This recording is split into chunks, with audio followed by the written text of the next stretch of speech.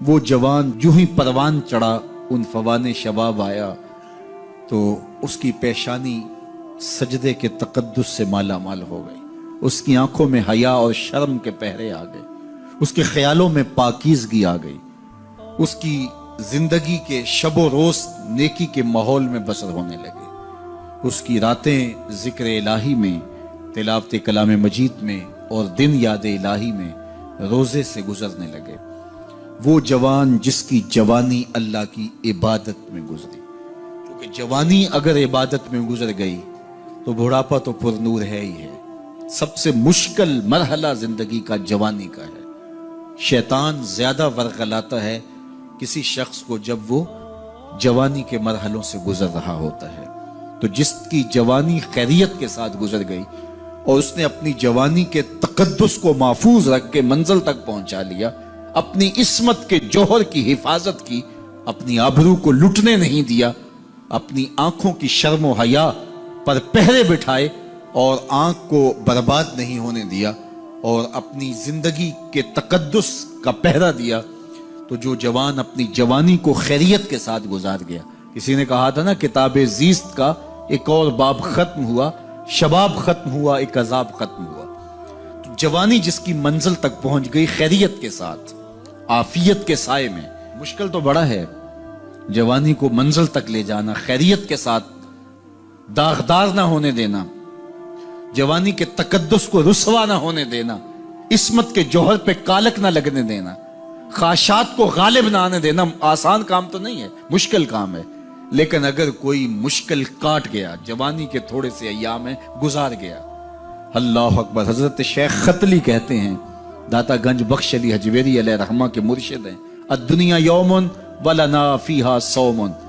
وہ کہتے ہیں دنیا ایک دن ہے، ہم روزہ رکھ کے گزار رہے ہیں۔ تو روزہ رکھ کے سارا دن گزر ہی جاتا ہے، دوپہر بھی آتی ہے گزر جاتی ہے، اور عصر کا وقت بھی آتا ہے گزر جاتا ہے، کھانے کا وقت بھی آتا ہے، چائے کا وقت بھی آتا ہے، سب کچھ ہوتا ہے لیکن گزر جاتا ہے، افطار تک بندہ پہنچ جاتا ہے۔ جس نے زندگی روزے کی طرح گزار دی، جس نے جوانی روزہ رکھ کے گزار دی، خواہشات کو بے قابو نہیں ہونے دیا، مشکل کام تھا لیکن اس نے مشکل کام کر دکھایا۔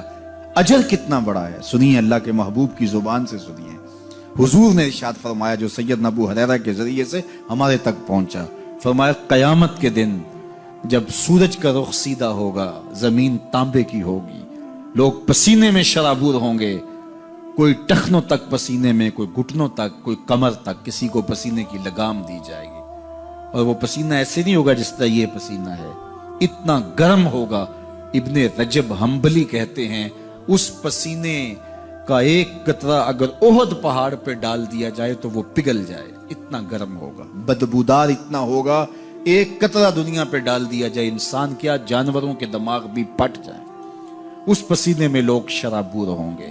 لیکن جس نے اپنی جوانی کو عافیت سے گزارا ہوگا، کل قیامت کے دن جب کوئی سایہ نہیں ہوگا، اللہ اس جوان پر اپنے عرش کا ٹھنڈا سایہ عطا فرمائے۔ وہ شخص جس کو کسی عورت نے دعوت گناہ دی اور وہ صاحب منصب تھی، صاحب جمال تھی، اور اس نے یہ کہہ کے یہ خواہش، یہ آرزو مسترد کر دی، انی خاف اللہ۔ اسی طرح کوئی عورت ہے تو اس نے اپنے تقدس کی حفاظت کی، اپنی آبرو پہ پہرا دیا اور کسی پیشکش کو ٹھکرا دیا، تو فرمایا قیامت کے دن جب کوئی سایہ نہیں ہوگا، اللہ اسے بھی اپنے عرش کا ٹھنڈا سایہ دے گا۔ کیسا سخت دن ہوگا، اور وہ کس اعزاز میں ہوگا، کس تکریم میں ہوگا۔ یہ تو 4 دن 10-20 سال ہیں، اور وہ 50,000 سال کا ایک دن۔ پھر اس کو اللہ کا شکر ادا کرنا ہوگا کہ اللہ تو نے کتنا کرم کیا میرے اوپر کہ میری جوانی خیریت اور عافیت سے گزری، اور آج اس کا تو کتنا بہتر صلہ مجھ کو دے رہا۔ انسان جب کوئی اچھی بات سنتا ہے تو انسان کی فطرت ہے کہ وہ آگے منتقل کرتا ہے۔ آج کل وہ شیئر کر دیتے ہیں نا، جو بات آئے تو آپ اس کو آگے بڑھاتے ہیں، دوستوں میں شیئر کر دیتے ہیں۔ تو یہ انسان کی فطرت سے افواہیں بھی اس لیے پھیلتی ہیں کہ جو بھی بات آپ سنتے ہیں فوری آپ کی کوشش ہوتی ہے کہ یہ سب سے پہلے دوستوں کو میں ہی بتاؤں۔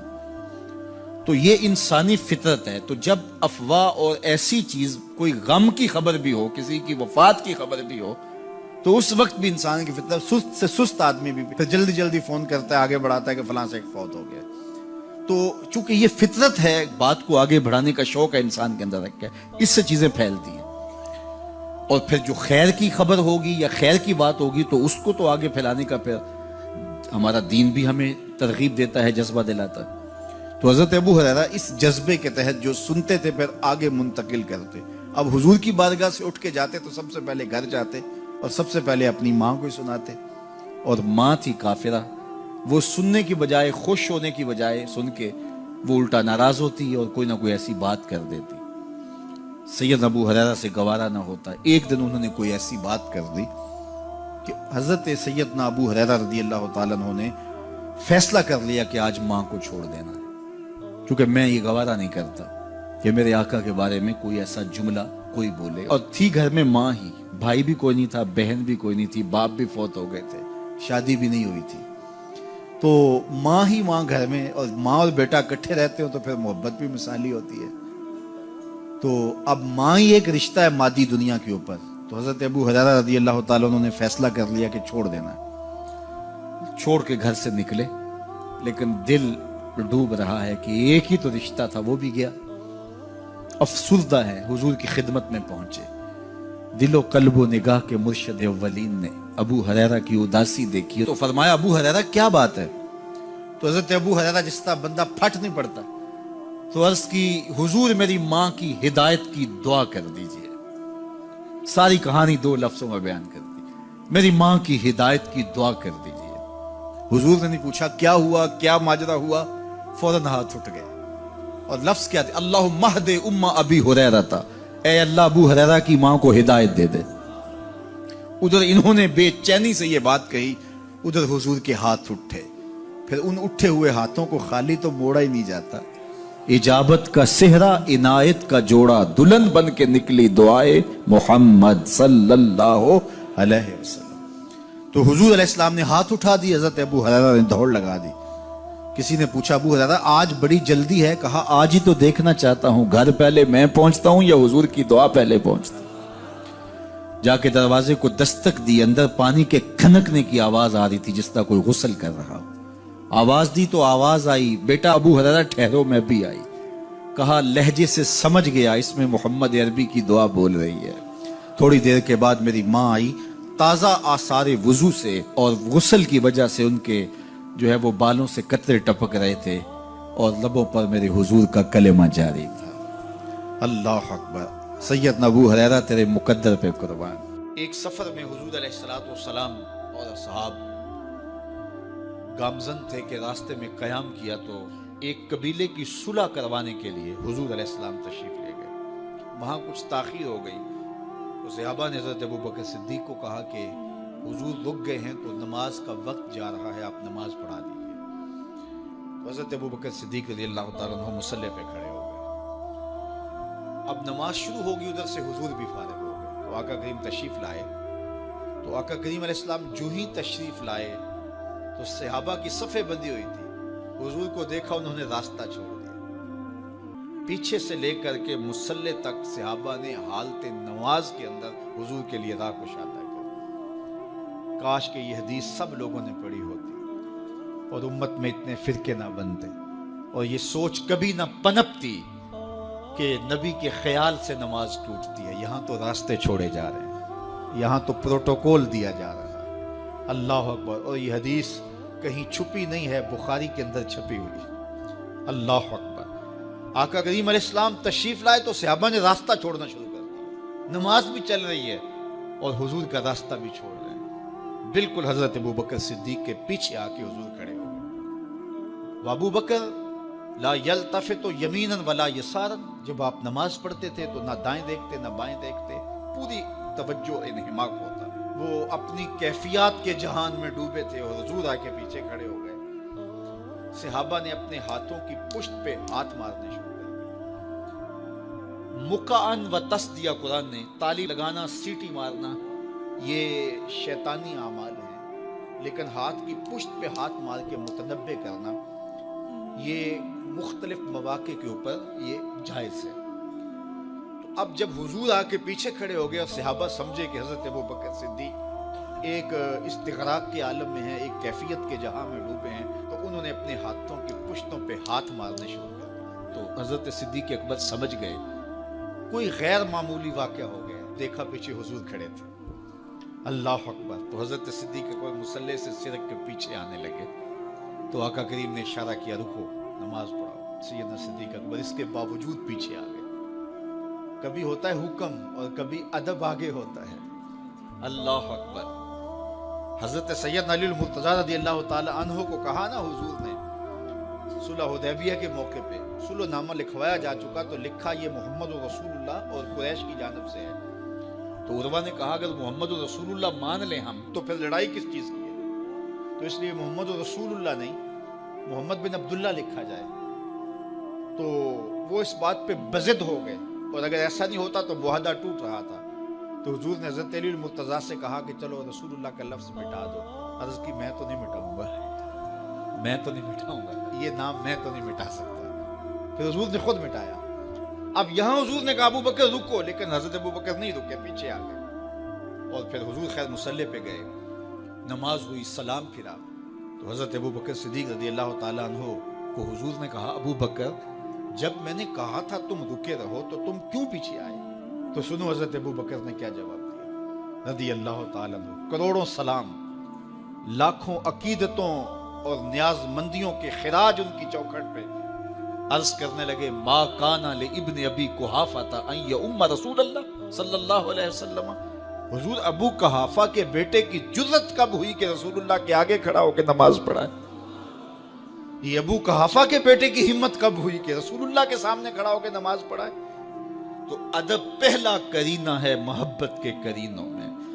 حضرت ابو بکر صدیق رضی اللہ تعالی عنہ نے اگر حضور علیہ الصلوۃ والسلام کی اطاعت اور حضور کی محبت، ادب، فرما برداری اور جانثاری کے انوکھے باب رقم کیے ہیں، لیکن حضور نے بھی ان کو جو اعزازات دیے۔ ایک خاتون آئی مسئلہ پوچھنے، آقا کریم نے فرمایا پھر آ جانا۔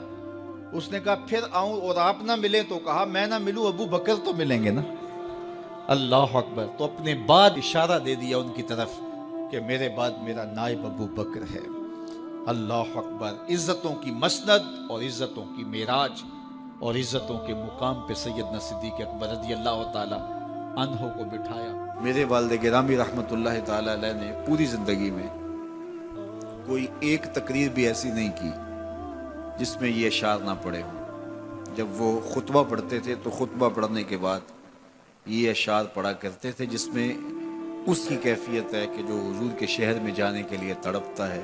ز مہجوری برآمد جان عالم، ز مہجوری برآمد جان عالم، تراحم یا نبی اللہ تراحم۔ کہ عرض کی جا رہی حضور آپ کی جدائی میں پورے جہان کی جان نکل رہی۔ ز مہجوری برآمد جان عالم، تراحم یا نبی اللہ تراحم، نہ آخر رحمت للعالمینی، ز محرومہ چرا فارغ نشینی، بروں سر از برد یمانی، کہ روئے تست صبح زندگانی۔ حضور اپنا سر انور اس یمنی چادر سے ذرا نکالیے، چونکہ آپ کا چہرہ انور زندگی کی صبح ہے، زندگی کی بہار ہے۔ ادیم طائف نعلین پاکن، شراک از رشتہ جاں ہائے ماکن۔ اللہ اکبر۔ جامع علیہ رحمہ کا انداز کتنا دل آویز ہے۔ وہ کہتے ہیں حضور آپ طائف کے بنے ہوئے چمڑے کے جوتے پاؤں کی زینت بنائیں۔ آپ جوتے جو پہنے وہ طائف کا مشہور چمڑا ہو اور اس کے بنے ہوئے۔ شراک از رشتہ جاں ہائے ماکن، اور اس کے اندر جو تسمے ڈالیں وہ جامی کی جان کے ڈالیں، جامی کے چمڑے کے نہیں، جامی کی جان کے تسمے ان نالین میں ڈالیں جو آپ طائف کے بنے ہوئے نالین زیب تن کریں۔ وہ ایک شاعر کہتا ہے عربی کا کہ یا لیتنی کنتو تربت ایبتکم فلتسمت نعالک ذاک کدی، کاش میں مولوی نہ ہوتا۔ وہ بہت بڑا شیخ الحدیث گزرا ہے، تو وہ کہتا ہے میں کاش شیخ الحدیث نہ ہوتا، میں مولوی نہ ہوتا، مدینے کی گلی کی مٹی ہوتا، حضور گزرتے تلووں کو چوم لیتا۔ چے باشد گر کنی سوئم نگاہے، ہمیشہ گر نہ باشد گاہے گاہے، نگاہے یا رسول اللہ نگاہے، صد ہزاراں جبریل اندر بشر، بہر حق سوئے غریبہ یک نظر، یا رسول اللہ انظر حالنا، یا حبیب اللہ اسما قالنا، اننی فی بحر غم مغرق خذ یدی ساحل لنا اشکالنا، یا صاحب الجمال و یا سید البشر من وجهک المنیر لقد نور القمر، لا یمکن الثناء کما کان حقہ بعد از خدا بزرگ توئی قصہ مختصر۔ ساری کہانی آ کے یہی ختم ہوتی ہے۔ تو یہ میری اور آپ کی سعادت مندی ہے۔ اللہ کی توفیق سے آپ کے لیے اور آپ میرے لیے محبت اور دعا کے جذبات رکھتے ہیں، اور ہم ایک دوسرے کے لیے دعا گو ہیں کہ آج میں حاضر ہوا ہوں اور آپ نے جو ہے وہ میرے لیے اپنی آنکھوں کی چمک اور محبت پیش کی ہے۔ اللہ یہ دن آپ کو بھی نصیب کرے۔